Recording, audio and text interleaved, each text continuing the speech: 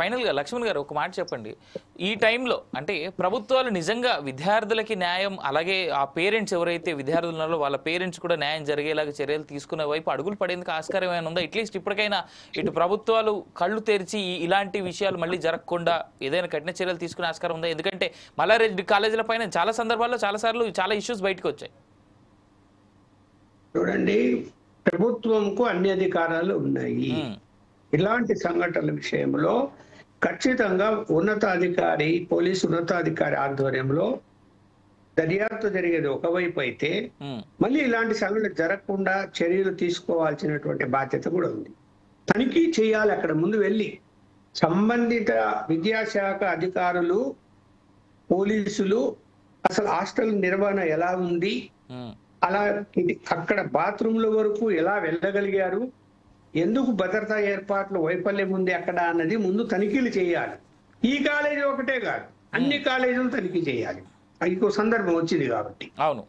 ఈ ఒక్క కాలేజే కాదు, ప్రతి కాలేజీ హాస్టల్ ఎక్కడైతే ఉందో మహిళల విద్యార్థినుల యొక్క హాస్టల్స్ తో పాటు నడుపుతున్న ఏ కాలేజీ అయినా సరే అన్ని తనిఖీలు చేసి ఎక్కడ కూడా జరగకుండా చర్యలు తీసుకోవాలంటే మనం విద్యార్థి మిత్రులు చెప్పినట్టు ముందు ప్రభుత్వం దిగి రావాలి. ఏం చేస్తుంది ఇంతవరకు? మంత్రి ఏం చేస్తున్నాడు? హ్మ్.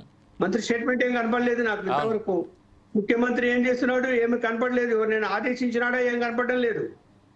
అంటే మల్లారెడ్డి గారి ఇన్ఫ్లుయెన్స్ అంత బాగా పనిచేస్తున్నదా? అంటే ఈ రాష్ట్ర దౌర్భాగ్యం ఏంటంటే సార్, తెలంగాణ యొక్క education minister, chief minister, home minister 3 ఒక్కరే, రేవంత్ రెడ్డి గారు. మరి మరి ఏం చేయాలో మరి చూడండి. ఇక్కడ ఆ 3 ఒక్కరే, కానీ ఎవరైనా ఆదేశించవచ్చు కదా, పలానా మంత్రిని వెళ్ళి విజిట్ చేయండి అని. అవును. లేదా ఆఫీసర్ పంపించొచ్చు ఉండొచ్చు కదా, సెక్రటరీ లెవెల్ అధికారి వచ్చి తనిఖీ చేసి ఉండొచ్చు కదా. ఇప్పటికి ఇప్పటి వరకు రియాక్ట్ కాలేదు ఇంకా గవర్నమెంట్. రైట్. అక్కడ లోకల్ పోలీసులు అయ్యారు, ఏసీపీ అయ్యాడు, పైనుంచి రావాలి కదా. అలాగే అన్ని హాస్టల్స్ కూడా, అన్ని కాలేజీలు కూడా హాస్టల్స్ ఉండేటివి తనిఖీ చేసి ఇలాంటి సంఘటనలు పునరావృతం కాకుండా చర్యలు తీసుకోవాల్సిన బాధ్యత పూర్తిగా ప్రభుత్వాందే, వేరేది కాదు కదా. కాలేజీలో హెచ్చరించాలి. అవసరమైన మిత్రులు అన్నట్టు కాలేజీలు క్లోజ్ చేస్తాం అని హెచ్చరించాలి. నోటీసులు ఇవ్వాలి, సోకాజ్ నోటీసులు కాలేజీలకు. అంత అధ్వానంగా నడుపుతారండి కాలేజీ హాస్టల్స్. ఎవరైనా ఎలా రాగలుగుతారండి? ఆ యొక్క బాత్రూమ్ కిటికీల వరకు ఎలా రాగలుగుతారండి? అంటే ఎంత నిర్లక్ష్యం అక్కడ కనిపిస్తున్నది. Correct, correct.